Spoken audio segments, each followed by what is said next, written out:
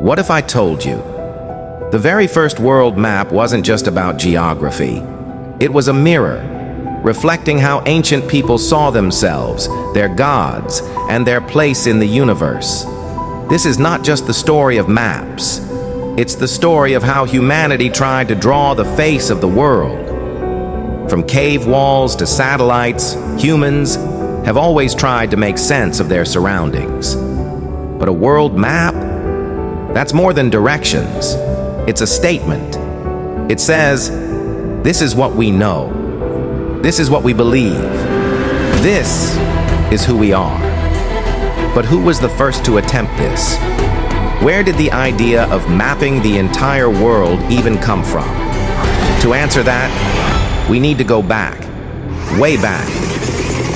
Our first stop, ancient Babylon. Around 600 BCE, a clay tablet was carved with a map, now known as the Imago Mundi. It's the oldest known world map. It shows a flat, circular Earth, with Babylon right at the center, naturally. A ring labeled the Bitter River surrounds the known lands, and outside of that, triangular shapes pointing to mysterious regions beyond the ocean.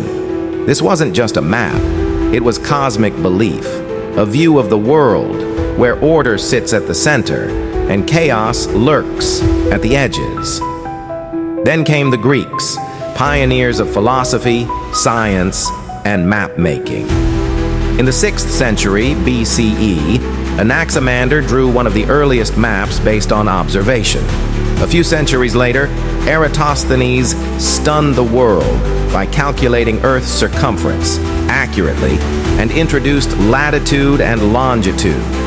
Their maps weren't perfect, but they marked a shift from myth to measurement.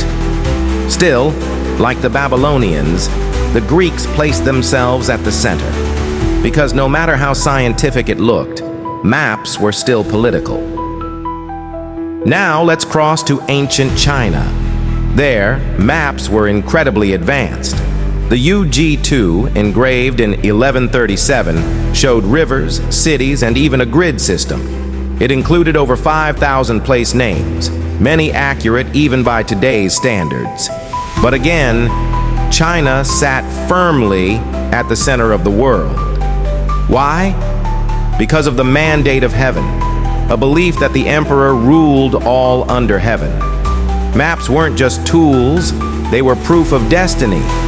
In the 12th century, a Muslim scholar named Al-Idrisi created a map that changed everything. Working under a Christian king in Sicily, Idrisi spent 15 years gathering information. He interviewed merchants, sailors, travelers, and combined their knowledge into the Tabula Rogeriana. It was incredibly accurate for its time. But here's the twist. South was at the top. To us, it looks upside down. To him, it was a more balanced, more global view. This map blended east and west, science and story, showing that knowledge has no borders. In medieval Europe, maps took a different turn. The famous T and O maps split the world into 3 parts: Asia, Europe, and Africa, divided by a T with a circle around it. At the center, Jerusalem, and at the top, Paradise, the Garden of Eden. These maps weren't meant for explorers. They were guides for the soul, not for the sailor. They taught people where heaven was and how to live to get there. Then came a revolution, the age of exploration. As ships crossed oceans, old maps fell apart.